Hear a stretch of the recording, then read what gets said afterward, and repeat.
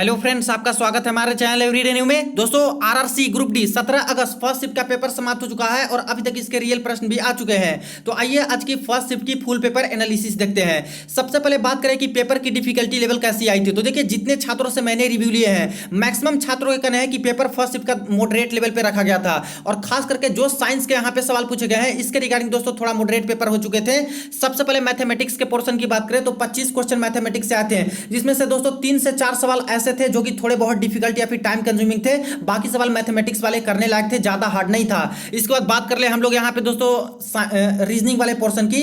तो रीजनिंग से 30 क्वेश्चन ही आए थे और 30 क्वेश्चन में से यहाँ पे दोस्तों पजल वाले भी आए, कुछ सिटिंग अरेंजमेंट और यहाँ पे आपके कोडिंग डिकोडिंग से भी सवाल आए हैं। लेकिन लगभग 4 से 5 क्वेश्चन दोस्तों थोड़े बहुत टाइम कंज्यूमिंग थे, बाकी ज्यादातर सवाल रीजनिंग के करने लायक थे। इसके बाद जीके और करंट अफेयर की बात करें तो 20 क्वेश्चन आए, जिसमें से करंट अफेयर दोस्तों 2020 से भी पूछा गया है 1-2 क्वेश्चन, 2021 से ज्यादातर पूछे गए और 2022 से भी 1-2 क्वेश्चन पूछे गए। यानी मैक्सिमम 2021 और 2022 में तक का यहाँ पे करंट अफेयर पूछा गया है। तो आप लोग ध्यान दीजिएगा, जिनके आगे होने वाले शिफ्ट में एग्जाम है 2021-2022 का जरूर आप लोग पढ़ लीजिएगा।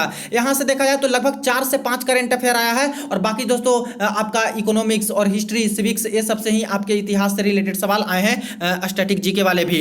इसके बाद बात कर रहे थे हम लोग मोस्ट इंपॉर्टेंट साइंस की। अब देखिए दोस्तों, साइंस का पोर्शन काफी अच्छा पूछा गया था और काफी कंसेप्चुअल सवाल साइंस से पूछे गए। हालांकि न्यूमेरिकल बहुत कम पूछा गया या फिर दोस्तों कह ले कि नहीं न्यूमेरिकल पूछे गए, लेकिन कंसेप्चुअल सवाल पूछे गए थे और जिनका काफी अच्छा साइंस होगा वही दोस्तों यहां पे करके आते, वरना निगेटिव कर देते हैं। यहां पे कथन वाले कई सारे सवाल साइंस में दिए गए थे जो कि आगे आप लोग देखिएगा। अटेंडेंस की अगर बात कर ले फ्रेंड्स, तो देखिए अटेंडेंस यहां पे मिक्स बताई जा रही है। कुछ सेंटर पे बताया जा रहा है कि लगभग 60% के आसपास अटेंडेंस देखने को मिले, कुछ सेंटर पे 80 से 85% भी बताया जा रहे हैं, कुछ सेंटर पे 70% के आसपास भी बताया जा रहे हैं और कुछ सेंटर पे तो बोल रहे हैं कि सारे के सारे छात्र लगभग प्रेजेंट ही थे। तो मिक्स ही यहां पे आ रही है, कहीं पे कम कहीं पे ज्यादा, इस तरह से अटेंडेंस देखने को मिल रही है।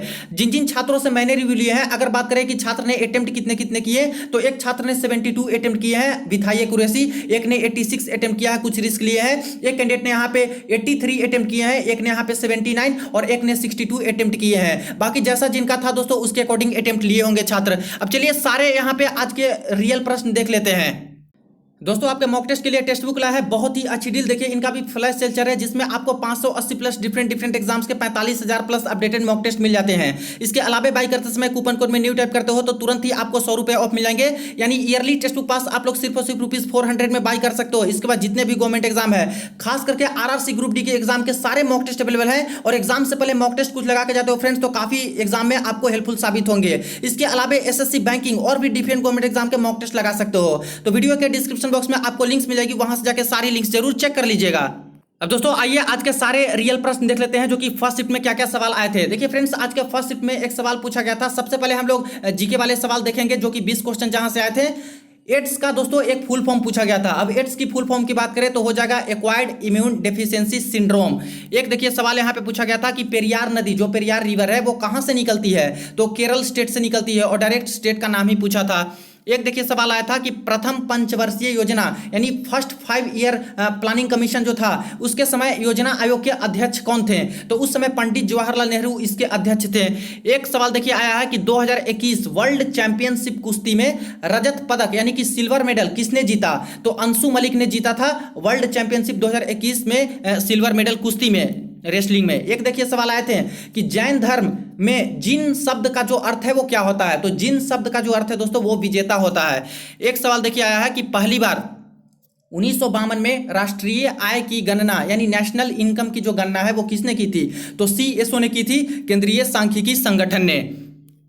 एक देखिए प्रश्न आया है कि इनमें से कौन सा गलत है, रॉन्ग कौन सा है, तो इस तरह के स्टेटमेंट वाले भी कई सारे सवाल आ जाए हैं। बोला गया था दोस्तों कि अनुच्छेद 358 स्वास्थ्य आपात, अनुच्छेद 352 राष्ट्रीय आपात, अनुच्छेद 360 वित्तीय आपात, अनुच्छेद 356 राष्ट्रपति शासन। तो देखिए दोस्तों 352 360 356 तो पता है, लेकिन यहाँ पे स्वास्थ्य आपात तो होता नहीं है 358 जो कि, तो यही गलत था, तो यही टिक करके आना था।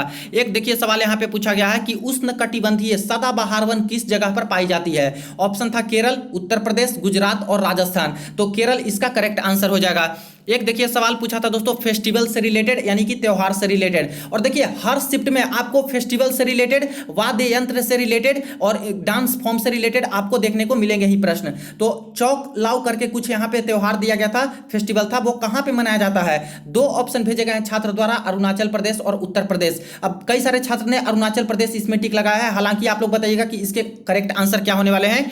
नेक्स्ट देखिए एक सवाल आया था कि जिन महिलाओं ने पढ़ाई छोड़ दी है उनके लिए इंडिया और यूनेस्को ने कौन सी योजना चलाई दोबारा पढ़ाई को बढ़ावा देने के लिए। अब इसमें दोस्तों एक ऑप्शन दिया गया था बालिका विद्यालय, एक करके ऑप्शन थे, बाकी ऑप्शन मुझे नहीं मिल पाए हैं। तो देखिए योजना से रिलेटेड भी सवाल आया है और ये वाला सवाल योजना से दिए गए।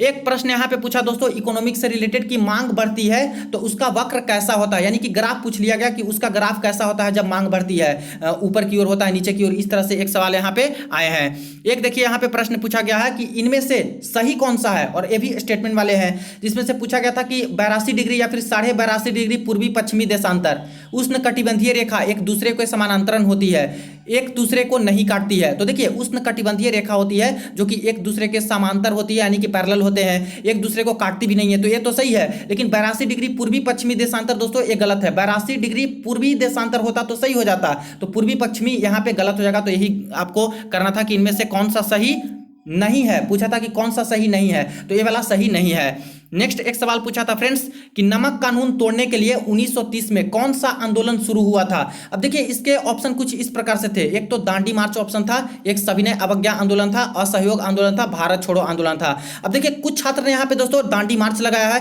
कुछ छात्र ने सविनय अवज्ञा आंदोलन लगाया है, क्योंकि 1930 में ही शुरू किया गया था। अब आप लोग बताइएगा कि आपने इसके करेक्ट आंसर में क्या क्या टिक लगा के आए हो, 1930 नमक कानून तोड़ने के लिए, दांडी मार्च या फिर सविनय अवज्ञा।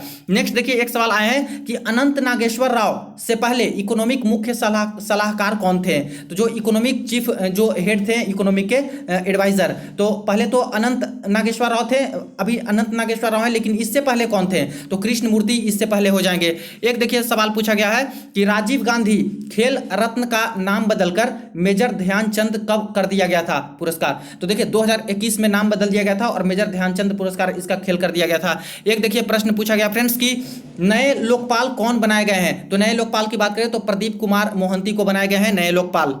तो जीके के जो 20 सवाल पूछे गए करंट अफेयर को मिला के लगभग 16 सवाल मिले हैं। और देखिए फ्रेंड्स कुछ कुछ सवाल और हैं जो कि जिनको याद होंगे कमेंट सेक्शन में जरूर लिख दीजिएगा। इससे आप लोग को पता चल गया होगा कि किस तरह का सवाल यहाँ पे पूछा गया है जीके और करंट अफेयर से। अब नेक्स्ट बात करते हैं दोस्तों मोस्ट इंपॉर्टेंट साइंस की। देखिए साइंस जिनका अच्छा रहा है वो तो यहाँ पे एग्जाम निकाल के आएंगे, क्योंकि साइंस जो अच्छे रहेंगे 25 का वेटेज दोस्तों, 25 क्वेश्चन का वेटेज इसमें दे रहे हैं। सबसे पहले एक सवाल पूछा गया था दोस्तों प्रकाश संश्लेषण यानी फोटोसिंथेसिस होता है, उसके इक्वेशन को बैलेंस करने के लिए एक सवाल आए थे। तो बैलेंस कैसे होगा, तो CO2 प्लस H2O अगर देते हैं तो यहाँ पे C6H12O6 और प्लस O2 निकलता है। लेकिन अगर बैलेंस करेंगे तो 6CO2 प्लस 6H2O और C6H12O6 प्लस 6O2 करेंगे तो ये पूरा बैलेंस हो जाएगा। तो इस तरह से करना था।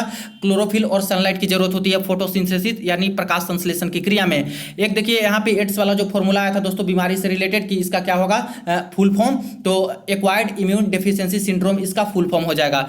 नेक्स्ट देखिए एक सवाल आया था पीरियोडिक टेबल से रिलेटेड और सवाल था कि न्यूलैंड पीरियोडिक टेबल जो है उसमें पहला और अंतिम एलिमेंट क्या था। तो पहला तो हाइड्रोजन था और लास्ट जो एलिमेंट था वो दोस्तों थोरियम था। एक सवाल आया है कि जो फोटोग्राफी होती है उसमें कौन से एलिमेंट का यूज होता है, तो सिल्वर ब्रोमाइड का यूज होता है फोटोग्राफी में।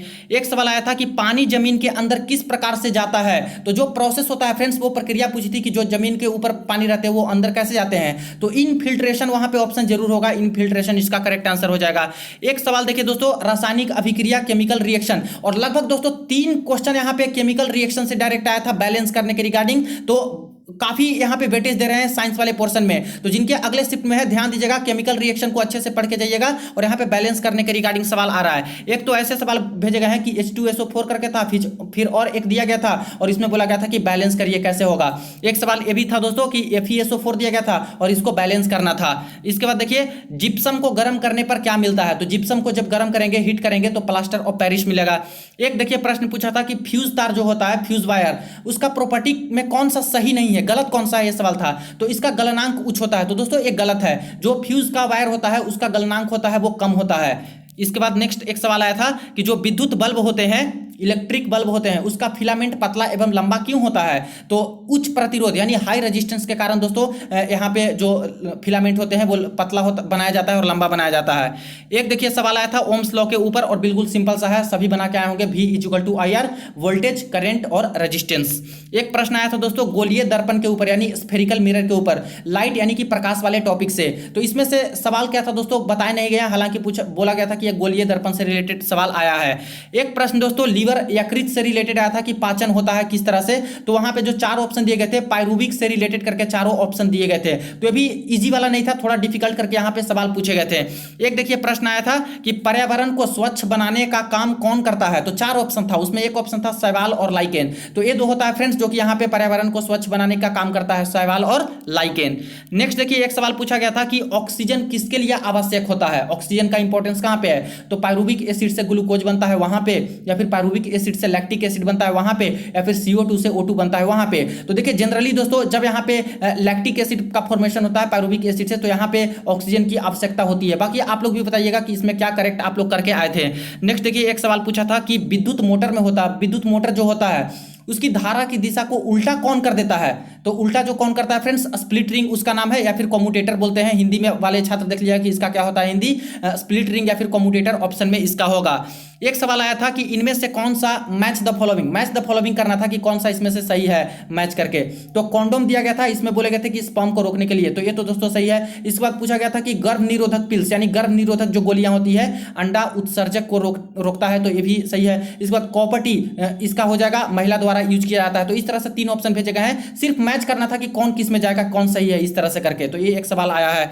इसके बाद देखिए एक सवाल साइंस का आया है आपतित किरण और परावर्तित किरण से संबंधित यानी इंसिडेंट रे और रिफ्लेक्टेड रे से रिलेटेड। अब इसमें नहीं बताया गया कि क्या सवाल था, ऑप्शन भेजे गए हैं कि 90 डिग्री था, 60 डिग्री था, 0 डिग्री था, 180 डिग्री था। तो देखिए जो इंसिडेंट रे होता है और रिफ्लेक्टेड रे होता है, तो आई जो एंगल ऑफ आई होता है वो एंगल ऑफ रिफ्लेक्शन होता है, यानी कि जितने एंगल पे इंसिडेंट हुआ उतने एंगल पे ये मुड़ के चला जाएगा। तो अगर यहाँ पे 90 डिग्री पे कोई इंसिडेंट करेगा तो वो 90 डिग्री पे ही मुड़ के चला जाएगा। तो अगर ऐसा होता तो 90 डिग्री आंसर होता। अगर कोई 60 डिग्री पे इंसिडेंट हुआ रे और यहाँ पे कितना डिग्री पे चला जाएगा मुड़ के, तो यहाँ पे 60 डिग्री पे ही चला जाएगा। तो ऐसे होता तो 60 डिग्री आंसर होता। तो इस अकॉर्डिंग दोस्तों एक सवाल यहाँ पे आए थे। तो लगभग 18 सवाल साइंस का भी यहाँ पे देखने को मिले। और देख रहे हो न्यूमेरिकल दोस्तों नहीं पूछा है, जो यहाँ पे न्यूमेरिकल के लिए छात्र डर रहे थे अभी नहीं पूछे जा रहे हैं, लेकिन ध्यान दीजिएगा न्यूमेरिकल पढ़ के जाइए। आगे आने वाले शिफ्ट में दोस्तों, आगे आने वाले दिनों में फिजिक्स से आपको न्यूमेरिकल भी देखने को मिलेंगे ग्रुप डी वाले में। अब बात करें हम लोग मैथमेटिक्स की, तो देख लीजिए नंबर सिस्टम से 2 सवाल आज आए थे।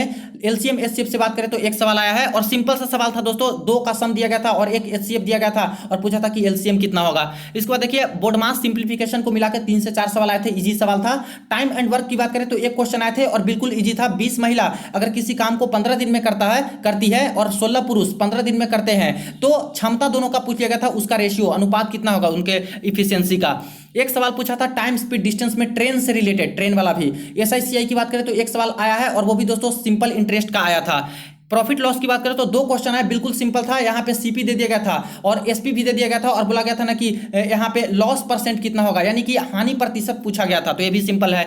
एक और थोड़ा सा ग्राफिकल रिप्रेजेंटेशन वाले यहाँ पे प्रॉफिट लॉस से पूछ दिए गए थे, थोड़ा डिफिकल्ट था वो। अलजेब्रा से 1 से 2 सवाल आए हैं, जिसमें से एक सवाल था कि a + b + c बराबर 11 है। A B plus BC plus CA बराबर कुछ वैल्यू दिया गया था, तो A² + B² + C² बराबर कितना होगा, ये सवाल आया था।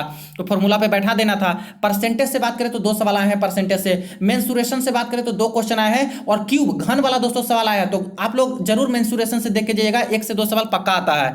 ज्योमेट्री की बात करें तो 2 से 3 सवाल बताए जा रहे हैं और ज्योमेट्री से 1 सवाल था फ्रेंड्स कि कोई एक ट्रायंगल है जिसका एंगल A यहाँ पे 40 डिग्री है, एंगल B 70 डिग्री है। तो पूछा कि एंगल A का एक्सटर्नल एंगल कितना होगा, बाह्य एंगल। तो यहाँ पे इंटरनल 40 है तो बाह्य कितना हो जाएगा, 140 डिग्री हो जाएगा। तो ये एक सवाल आया था।